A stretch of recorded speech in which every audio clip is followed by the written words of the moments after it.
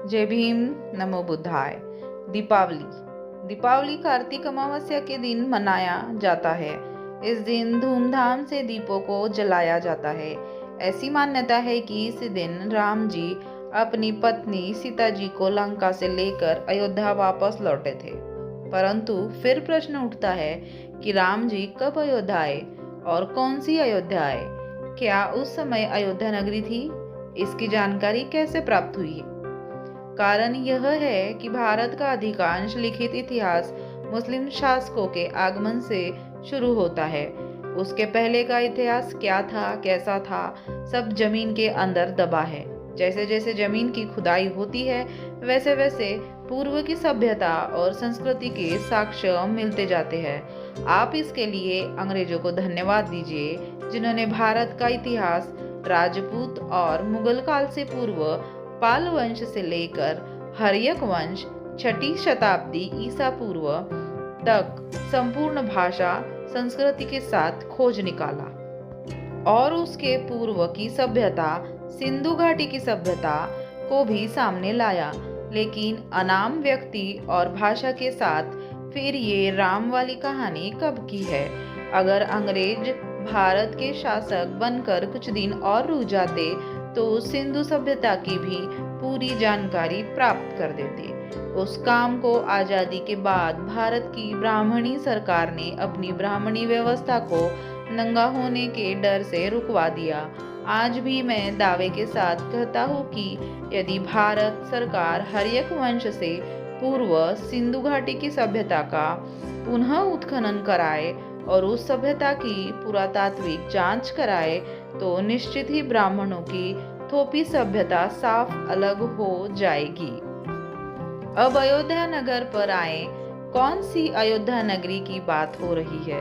वर्तमान अयोध्या नगरी की तो बाबरी और राम मंदिर की लड़ाई में एसआईटी भारतीय पुरातात्विक सर्वेक्षण संस्था की देखरेख में खुदाई हुई थी, जिसकी पूरी रिपोर्ट केंद्र सरकार और सुप्रीम कोर्ट के पास सुरक्षित है। 1862 से 63 में अंग्रेज एई कनिंघम की रिपोर्ट को देख सकते हैं। लिंक दे रहा हूँ। इसी दिन बंगाल के लोग काली पूजा करते हैं। इसकी परंपरा क्या है? इससे कितने शोषितों की जिंदगी से काली मां हटी है? इस पर आज भी बंगाल के लोग जवाब नहीं दे पाते हैं। दूसरी ओर पश्चिमी भारत और मध्य भारत में इसी दिन लक्ष्मी गणेश पूजन का विधि विधान होता है। इस लक्ष्मी पूजन पर पूर्व से मान्यता चली आ रही है कि जो भी लक्ष्मी पूजन करेगा वह धन्य धान्य से परिपूर्ण हो जाएगा।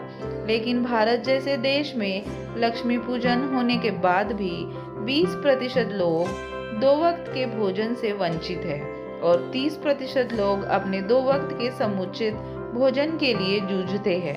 शेष में से बचे 30% लोग आज धूमधाम से लक्ष्मी पूजन करने के बाद भी अपने परिवार को समुचित शिक्षा और स्वास्थ्य के लिए जूझते नजर आते हैं।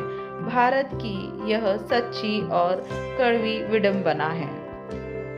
भाई, फिर ये लक्ष्मी गणेश की पूजा क्यों?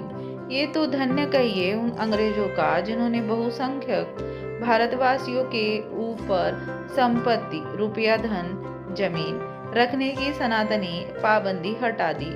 उसके पूर्व कभी भी लक्ष्मी जी नहीं बोली कि मैं सभी बहुसंख्यक के यहाँ भी धन के रूप में रहूंगी। आज अगर अंग्रेजों द्वारा धन रखने का अधिकार नहीं मिला होता और आजादी के बाद यह अधिकार बाबा साहेब के द्वारा निर्मित भारतीय संविधान में अनुमोदित नहीं होता तो आप लोग एक और लक्ष्मी गणेश पूजा करते रहते और दूसरी ओर अंधे की लकड़ी वाला फटका मारते हुए लकीर के फकीर बने रहते। दीपावली सही मायने में सम्यक सभ्यता का ईसा पूर्व 258 ईस्वी से चली आ रही रोशनी से परिपूर्ण त्योहार है। इसकी प्रामाणिकता यह है कि जब सम्राट अशोक ने बौद्ध मार्ग को अपनाया था तब उन्होंने 84,000 विहार, स्तूप और चैत्यों का निर्माण कराया था।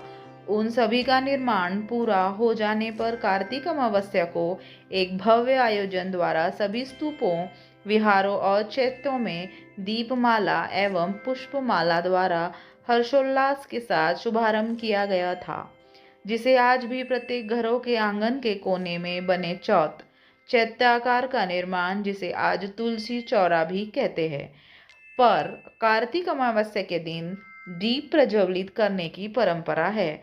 कुछ लोग आज भी विहार या स्तूपनुमा घरौंदा का निर्माण कर उस पर दीप प्रज्वलित करते हैं। इस परंपरा को दीपदानोत्सव भी कहते हैं।